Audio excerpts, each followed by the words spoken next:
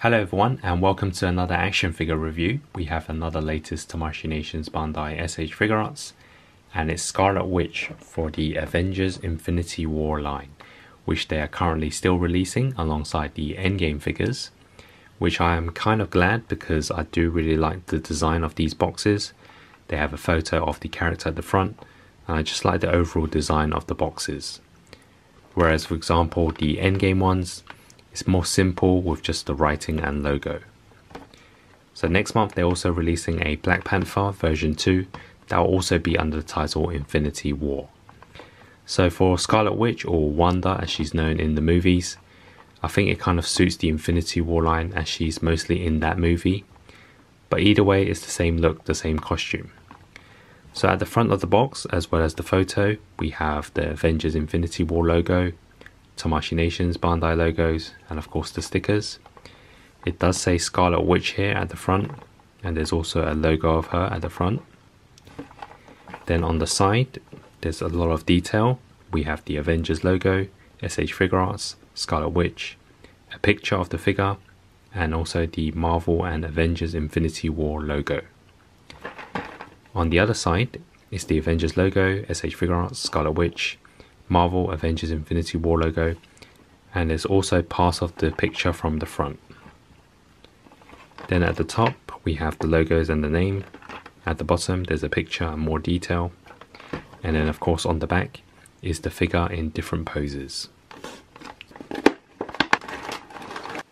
So inside the box we have a guide to show you how to put on the accessories, a thank you note and asking you to do a survey, and of course the background. This time they've used a black color.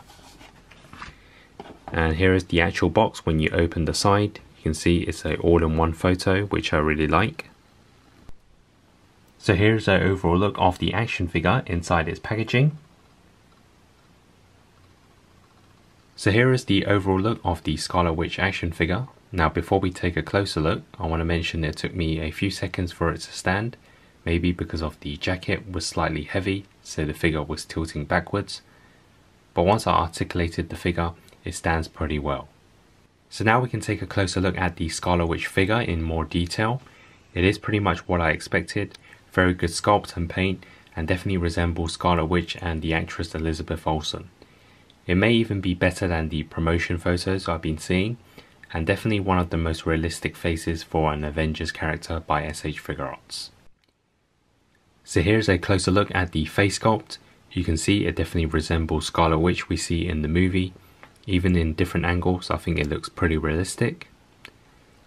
For the hairstyle it is pretty detailed. It has different colorings and shadings to it, with the bottom being slightly more orange, although I feel that the overall hair color could be slightly darker. They've used a hard plastic, like a leather type material, for the jacket. So this is what it looks like from the back. So it'll be interesting to see if it affects any of the articulation. He uses open palms for the hands, so there are no closed fists at all in the whole figure. For the trousers it's all black, and then for the boots it's all black as well, with a slightly more shiny look to it. So now we can focus on the articulation. SH Figuarts is pretty much well known for very good articulation, so I expect not much different for this one, but there are some restrictions with the jacket. So first we're going to start off with the head sculpt. So it can be tilted side to side, but it's not that smooth because the hairstyle is kind of in the way at the back, so you're going to have to be a bit careful. Then it can go upwards this much and downwards this much, and of course it can tilt side to side. Then for the arms, they are pretty thin, so it can be moved sideways, forwards, backwards, and of course they do rotate, so that works on both sides. Then for the elbows, they are single jointed, so they can be bent. Then for the hands, there is a 360 spin, and there's always going to be a slight hinge, so you can move it outwards and inwards. Gonna have to be a bit careful for this one. And then for the body, of course there is a jacket that's in the way, so it may restrict it slightly. So we're going to start off with the top half, and it can be tilted side to side pretty well despite the jacket being there. Then for the bottom half of the body, it can be moved side to side as well, this much. And the hair has fallen off because of course later on you can switch them around. So when you're doing the articulation, you're going to have to be careful with the hairstyle. So for the crunch, you can bend forwards this much and backwards this much. Again, with the jacket being in the way, it doesn't have that much movement. Then for the legs, they are pretty flexible, forwards, sideways, not much backwards with the jacket being in the way.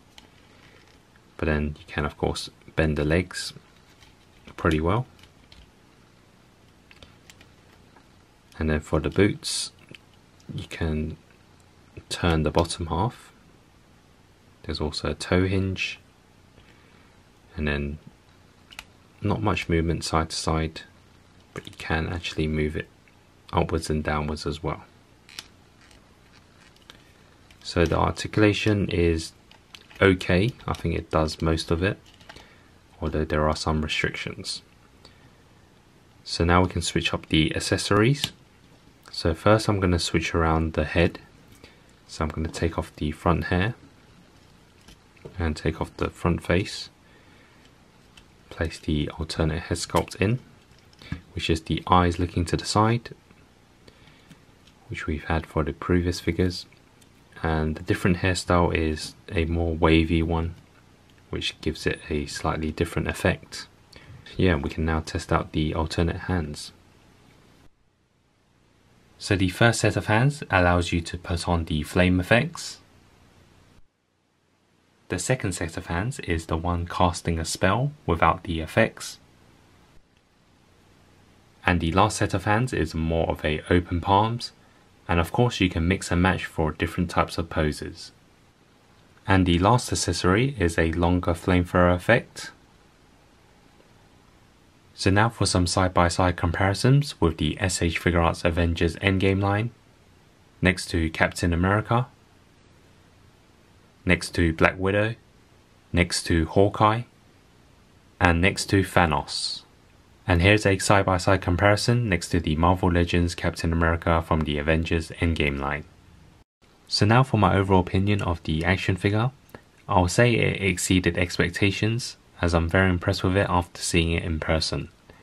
It definitely resembles the character we see in the movie, and it may even be one of the best sculpted faces for the Avengers line in SH Figuarts.